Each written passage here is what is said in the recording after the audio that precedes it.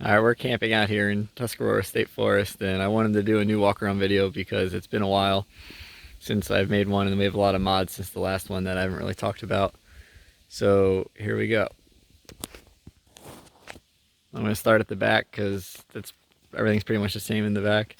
We still have the swing out tire carrier with 5 gallons of fuel and the high left jack, and then we added one of those like Trasharoo knockoff trash bags. We were able to use it yesterday to pick up some trash at an overlook, which came in handy.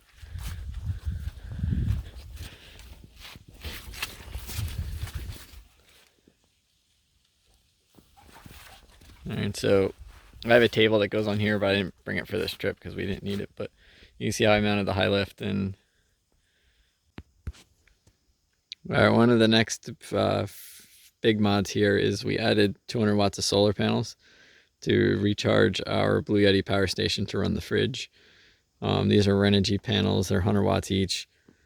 Up here we added a 41 inch or 42 inch nightlight light bar, mostly for appearance and to protect the panels from oncoming debris. I'd rather replace a cheap light bar than a nice solar panel. Here's another angle of the panels in the light bar. The little antenna is for the Sirius satellite radio, which is nice to have on trips where there's no local radio stations. But you can see the front profile. The bar sticks up slightly higher than the solar panels. So in the passenger door, we did a 40% rear seat delete. The back bench on these things is split 60-40, and it's pretty easy to take out the small side. So I built a little platform to hold the fridge. It's Iceco VL45. Right here we have the power station. Right now it's only bringing 11 watts, but the sun's still at a really low angle.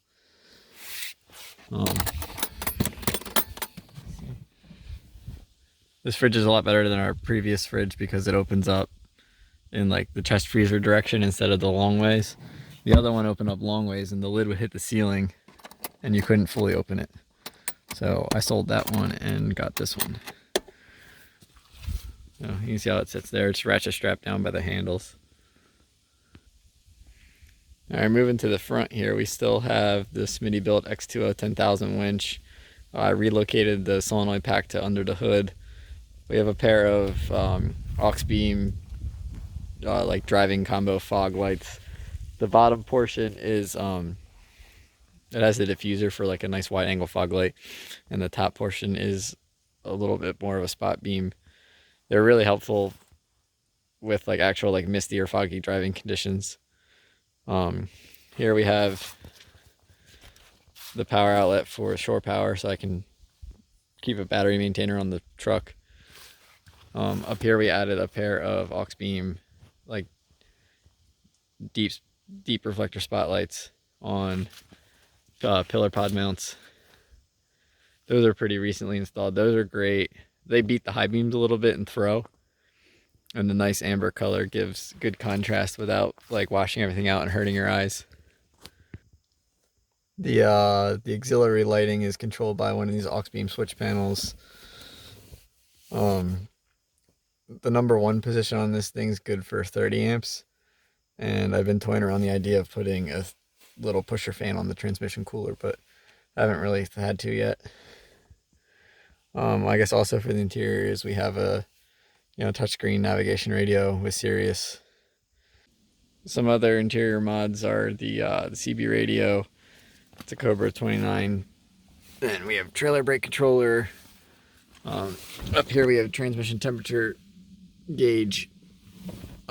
Here's a CAN bus gear indicator, which is part of our 6L80 swap, which we'll talk about more in a minute. And then here these buttons are for like the sport mode or tap shift mode on the 6L80. Alright, so under the hood here we have a X2 Power AGM battery. Here's where I mounted the relay pack for the aux beam control panel. Tucked in right here I have the Noco onboard battery maintainer, which is plugged into the outlet on the bumper.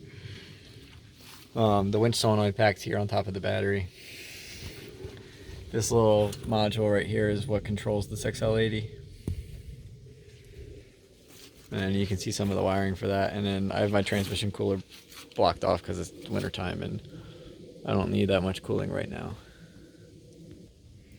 One other thing we have under the hood is I bought and installed a dual row all aluminum welded radiator instead of the factory plastic one.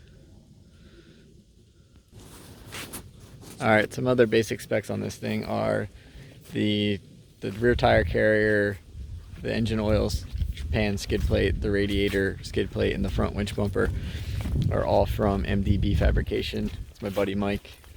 If you're looking for this stuff, send his business page an email or a Facebook message. We're on 3 inches of lift in the front with the Bilstein 4600s. With the Moog 81114 springs in the front, which are equivalent to about the GM 87 spring. 32-inch Falcon Wild Peaks. In the rear we have the Skyjacker C25R springs, which are a 2.5-inch lift spring for a Tahoe or a Yukon. On this thing, unladen, it gives you about 4 inches of lift, but as we have it, the truck equipped, you see the ride height's pretty level with those springs. In the rear we have Bilstein 5100s. Some of the other mods we have is we have an 8.6-inch rear end swap from a 7-passenger Trailblazer, which allowed us to install a Yukon Grizzly Detroit style locker. It's an automatic locker. And then in the front we were able to score one of the last Power Tracks Lock-Right lunchbox lockers for the GM 7.2-inch IFS differential. So we've been running that for about a year now. So this thing's locked in the front and the rear. And then along with those locker installs, we did a 456 gear swap. Our previous gears were 342s, and it was difficult to maintain overdrive on the highway, and you couldn't even think about overdrive if you were towing. So now with the 456 gear swap and the 6L80 swap, the first gear final crawl ratio comes out to 50-1, which is fantastic. My first gear in high range comes out to about the same as my previous second gear in low range. And then with the tap shifts, we can pick what gear the transmission holds. So when we're crawling and stuff, we can just be 4 low and hold, say, third gear, hold fourth gear, bump it down to second or first for the obstacles. It crawls really good in first gear with 50-1. It barely moves.